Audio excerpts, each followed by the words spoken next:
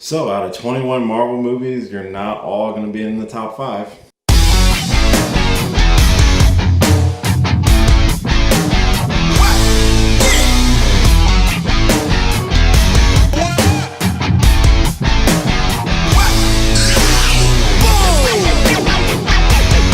What is going on, everybody? It's your boy Will, and I'm here to give my quick, non-spoiler review of Captain Marvel, the 21st movie in the MCU. This is coming right before Avengers Endgame, which is going to finally and definitively wrap up the last 10 years of movies and story arcs and Infinity Stones. And this is the character that was called on at the very last minute when the world was going to shit by Nick Fury, and is considered the most powerful Avenger of all time, or of at least of the current crop of MCU characters. This movie is Carol Danvers' origin story. This tells how she acquired her powers, how she uses her power, where has she been for the last almost 20 years, because this movie takes place in 1995. And we get to see her try to regain her memory to figure out who she is and what she is meant to do. And there's a lot of twists and turns and confusion in her mind, and in all honesty, some confusion within the story as well, just the way that they actually presented it on screen. I will get this out of the way now. I did like the movie. I did not love it. I did like it. I wanted to love it, but it does have some issues, like most movies do, which is totally fine.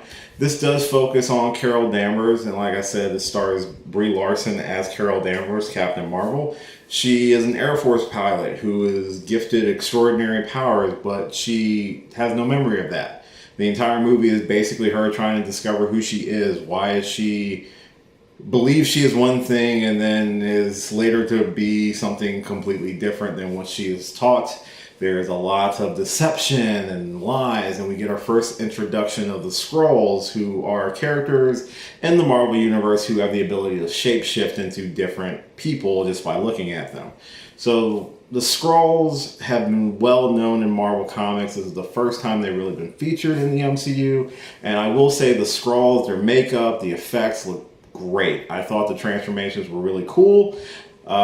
Ben Mendelsohn, who plays their leader Talos, really steals the show. His personality is very enjoyable and entertaining.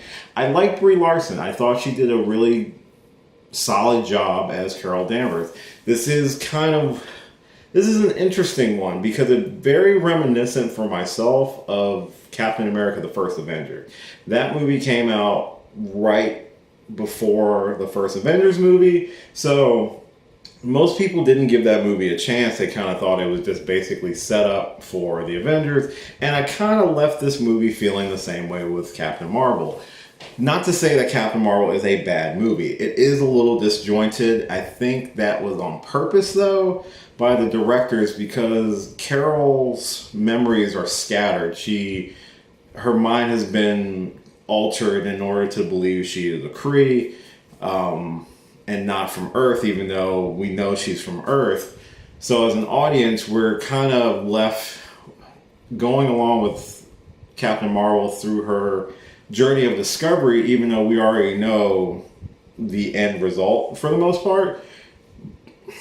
It's just, I think the way they set up the movie structure was to kind of feel as confusing as it is in her mind, so we're kind of experiencing it from her point of view, even though as an audience members we know she's from Earth, we know that her memory has been altered, we just don't know by who or why, and in the movie we find out. And it's easy to tell if you know the character. You kind of know some of the beats, and there are some changes to the story and some of the characters from the comics to the movie, which I do like, and other ones where I'm just like, okay. But I did like the movie. My main gripes with it were basically kind of the story structure, but I think I understand why the directors chose to go that route. The supporting cast is really who shines in the movie more than Carol does. as someone who has a dry sense of humor, I understand kind of Carol's presentation. She's very sarcastic, but not a lot of emotions fluctuating. I mean, she's not like Tony Stark or Star-Lord or anyone like that who has this wild gamut of emotions. Her emotions are very contained, and that comes from a lot of her training by Jan Rog, or who's played by Jude Law. Who the entire movie is talking about controlling your emotions. And so her presentation, at least in the first half of the movie, is very stoic, very contained, but still she's sarcastic and kind of a smartass. Whereas I think that comes from the conflict between the Kree side of herself and her training, and her earthly side of herself and what she's trying to remember. Her best friend played, I forget the actress's name, and I'm really sorry, but she plays Monica Rambeau, who is also an Air Force pilot, just like Carol was, and was the last person to see her before she disappeared, and is kind of her linchpin to her home of Earth. She's the one who really plays a role in her recovering her memories. And I did enjoy the buddy cop relationship between Nick Fury and Carol Danvers, Nick Fury being played by Samuel L. Jackson. And the de-aging technology looked really good. It looked really solid. I think it was a combination of that plus just makeup, because Samuel L. Jackson, even though he is in his early 70s, his skin is fairly smooth. You know what they say, black don't crack. But I mean, he looked really good.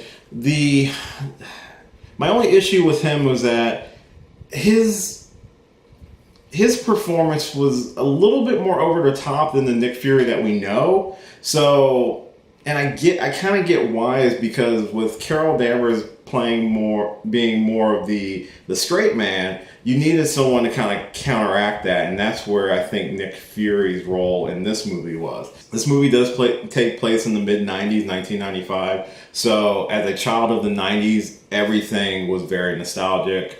We got Blockbuster, we got all of the music cues, which were kind of random in certain spots, but I was okay with them. So there's a lot of nostalgia vibes from the 90s. So the special effects in the movie look really good. Like the third act battle looked great. And you kind of see clips of it from the trailer. And it really does sell the fact that Carol is OP. So for me, it's interesting to see how they're going to present her in Endgame, because clearly she's overpowered. Clearly she is the most powerful Avenger. In terms of personality, it'll be interesting to see how she messes with the rest of the cast of Endgame, because she was very much kind of the straight man, and I don't know if that clicked with everybody. I was okay with it, but I can understand, in seeing some of the other reviews for the movie, why some people weren't really as impressed. I will admit, this is a very... what's that? I don't want to say boring. It's not boring. It's very middle of the road in terms of what the movie brings to the table, in terms of being an origin story. There's nothing, I would say that changed the game for comic book movies. Again, this is the 21st MCU movie to come out, and there have been a lot of really strong movies that come out of that crop. Out of 21 movies, you're not all going to be within the top 5, maybe not even within the top 10. So it's very kind of on par with like Ant-Man and the Wasp for me when it comes to that kind of middle tone Marvel movie that is good. It's not great, but it's also not terrible or bad or anything I would say that would ruin the character. I left the movie theater liking the movie. Like I said, I didn't love it, but I definitely didn't hate it.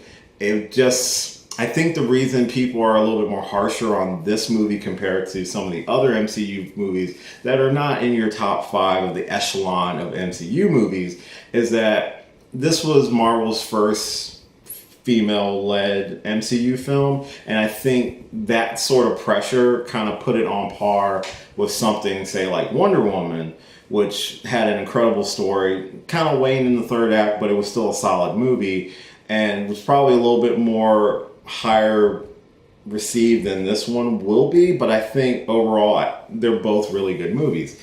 I left it enjoying it. I know a lot of people did. I know some people didn't. Out of 21 movies, they're not all going to be in top 5.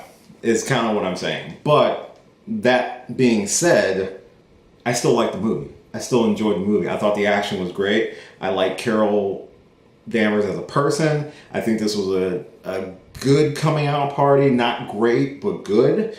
And knowing where this leaves us going into Avengers Endgame makes me more excited for Endgame. At the end of the day, I left the movie happy. I enjoyed it. I think it's a fun ride. It's not necessarily top tier MCU movies, but it's also definitely not bottom tier either. After 21 movies, it's okay to just be okay. There you have it. That is my non-spoiler review of Captain Marvel. I will be doing a spoiler discussion very shortly, just to talk about some of the stuff I couldn't talk about without really ruining the movie for anybody who wants to go see it. I say go see it in theaters, but I can understand why you would just wait for Blu-ray. Thank you so much for watching this and all my other videos. I hope you've had a chance to see the movie. If you have seen the movie, comment down below. Let me know what you thought. Keep it non-spoiler. I'm going to be doing a spoiler review very soon, and you can throw your spoiler talk in there. As always, you can follow me on Twitter at DGeekWill. I love hearing from everybody who watches my videos. I love to get a discussion going about what you thought about the movie. Like, subscribe, all that fun jazz. And until next time, doing a lot with my hand. Till next time, I'll catch you later.